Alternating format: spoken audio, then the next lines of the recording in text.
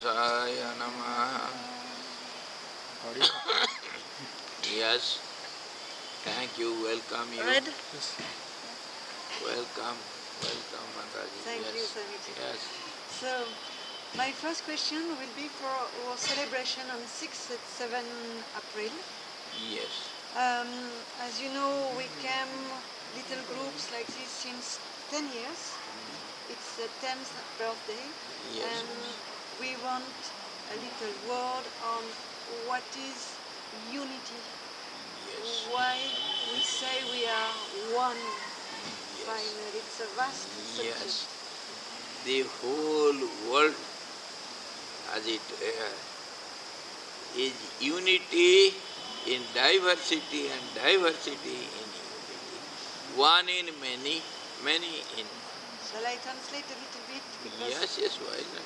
Donc ma question à Swamiji, c'est qu'est-ce qui fait qu'on est tous un? Comment on explique ça? Le message de l'Himalaya. Et il dit on est un dans la diversité et la diversité est une. Why translating here, there, After? Okay. isn't it? Okay.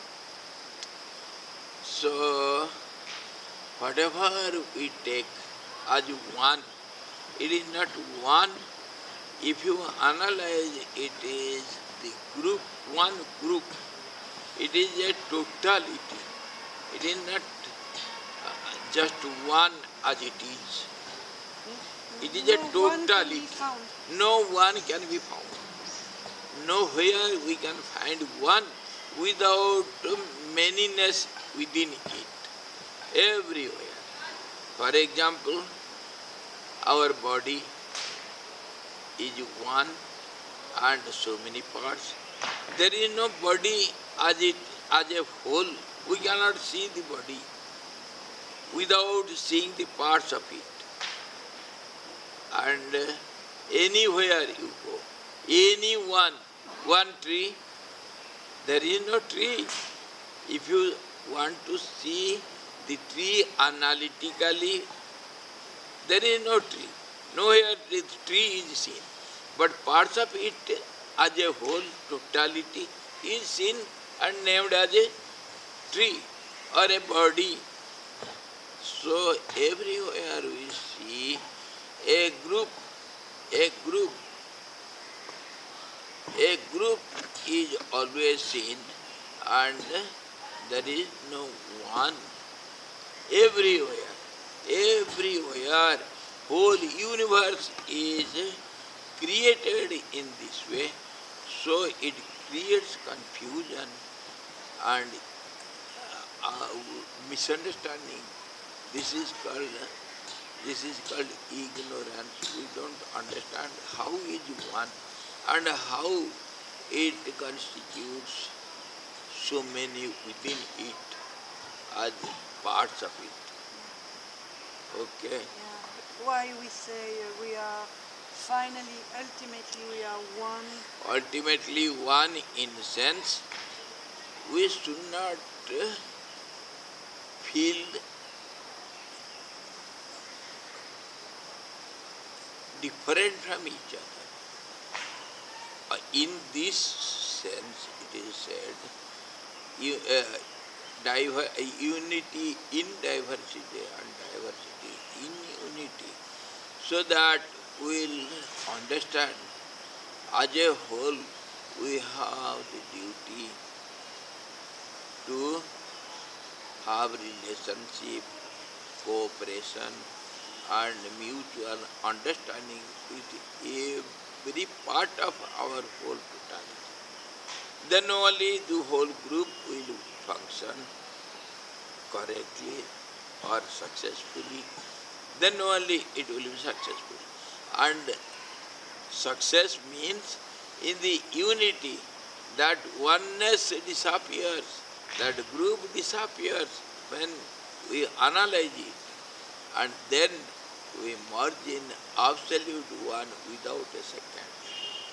That is the source of everything. That is the substratum of everything. That is the holder of everything.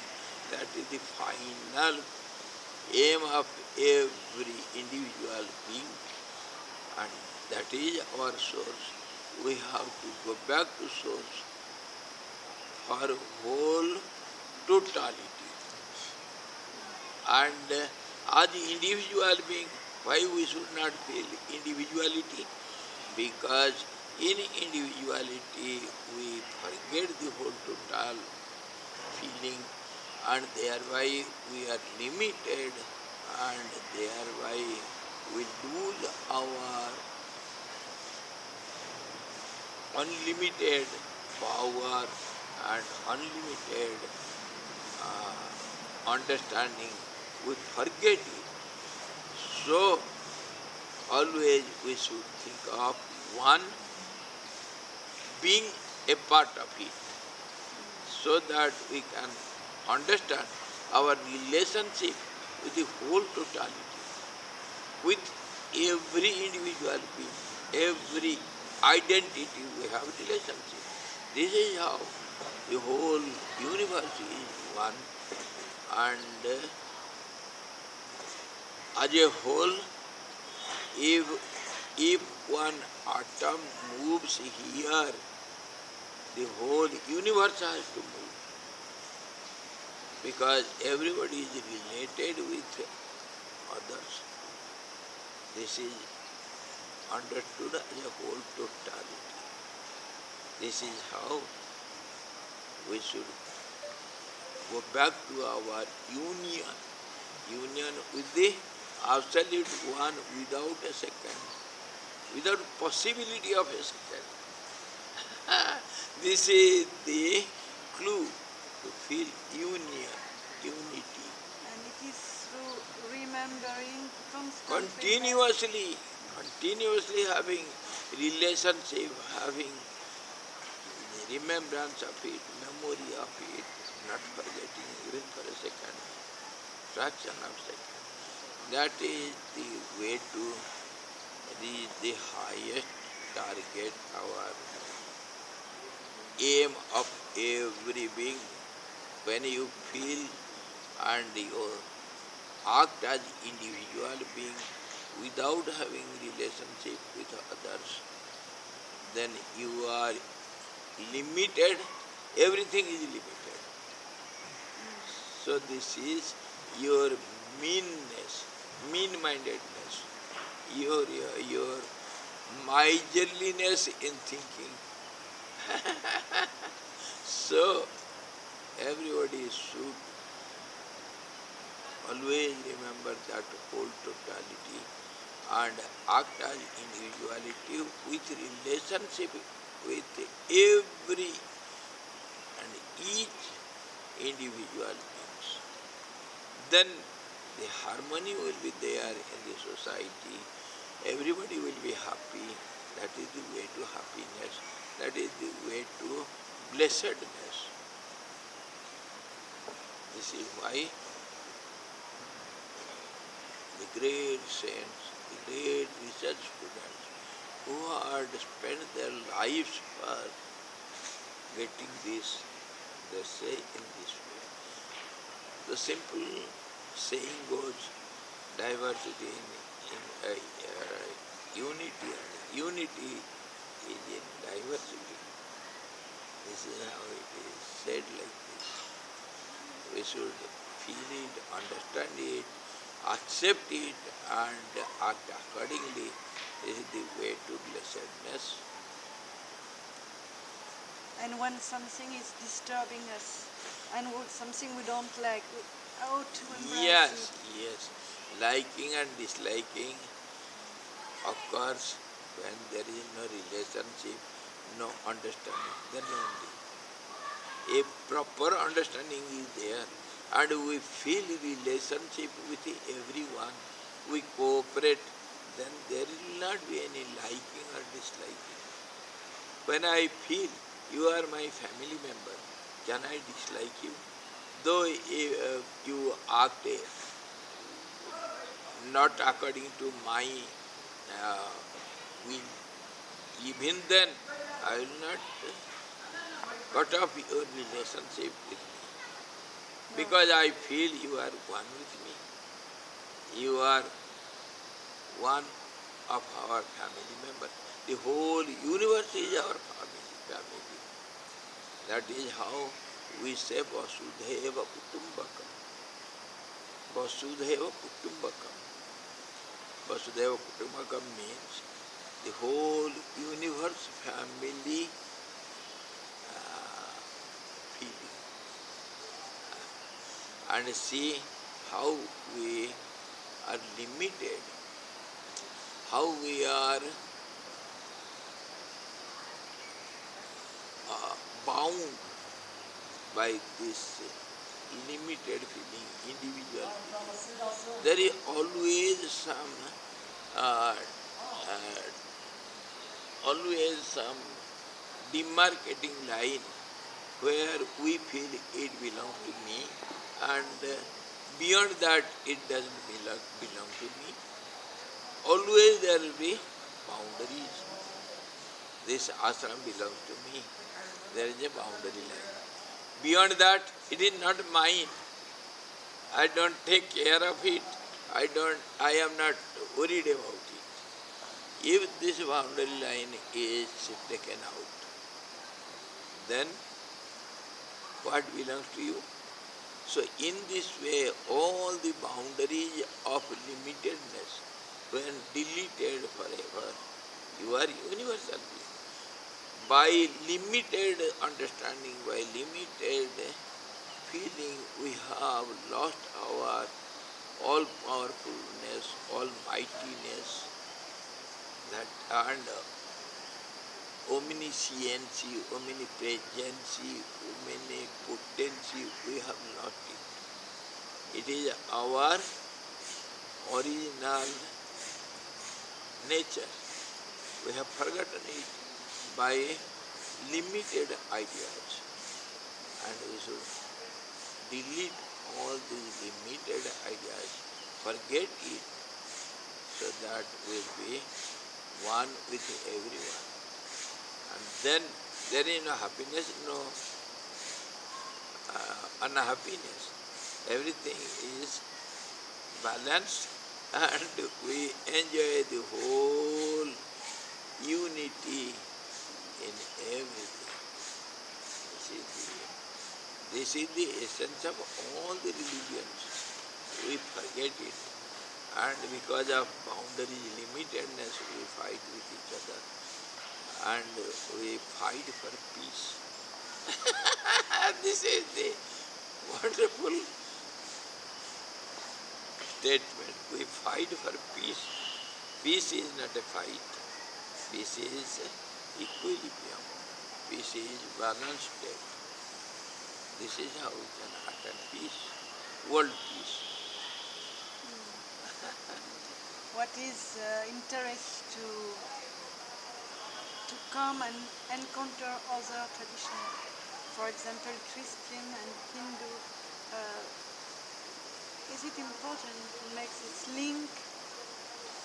You see, all the heads of these religions who have started it, they started it as a path to the ultimate.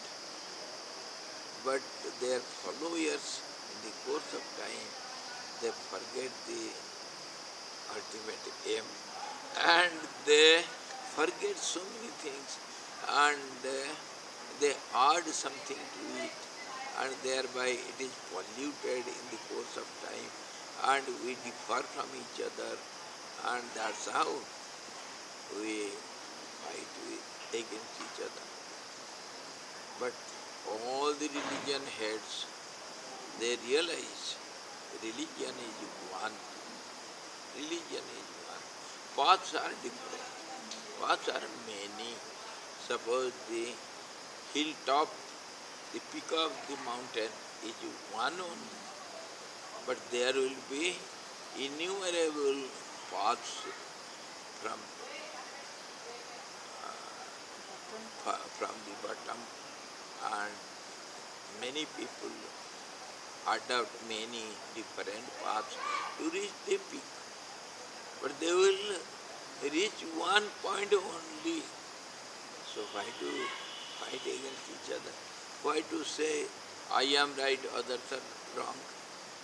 This is mean-mindedness, this is misunderstanding, and this is limited vision. Because you don't see others' paths, so you say I am right and others are wrong. And to go to see other paths can enlarge our vision. Yes, yes. As we go upward in our attempts, means, for example, when the climbers have attained some heights, their angle of vision widens. They see many things at a time. And that's how one who is standing at the peak of the mountain, he sees everything all round. At a glance, he will have all round vision. He will not find fault with anything, nor praise anything. All the paths are same for him. This is how, when we go to the depth of understanding or the height of understanding, it is all the same. And in We gain the all-round vision, and that's how we see everything at a time here and now. We will not have any controversy. In the end, and as we go up and up in our path, we will have wide angles of vision. Slowly we will not much differ from others. We will understand others. Understanding depends. And at the end, one thing and one thing alone, which will hold everything in it. And this is how the great seers, they see everything at a time here and now. They go beyond time and space. How? As we go up, we see a greater angle, wide angle vision. In that, suppose you are standing on the top of the mountain and you are seeing at the foot hills, there is a road and some car is moving. And the car driver will see hardly 100 meters ahead and that behind. And his vision will be this much only. And in that vision he will have future vision for 100 meters. And that is, say, for 5 minutes ahead he can see. And 5 minutes before, 100 meters back he can see at a glance. Whereas you are standing on the peak of the mountain, you see 100 kilometers at a glance width. Your vision is wide and you see his future and past at a glance here and now at present. Your present is his future and past. It holds both. So when one unites himself with the Absolute One, he sees the whole universe at a glance. He lives at present. He has no future, no past. This is the beauty of going beyond time and space. By practicing this diversity in unity and unity in diversity, we reach that highest altitude where everything is same, and that is balanced vision. We call it absolute equilibrium. Samattam yoga uchyatam. Lord says in Gita, the absolute equilibrium state is known as yoga. This is the beauty. Thank you. Om. Thank you. One more. Can we cut? Yes.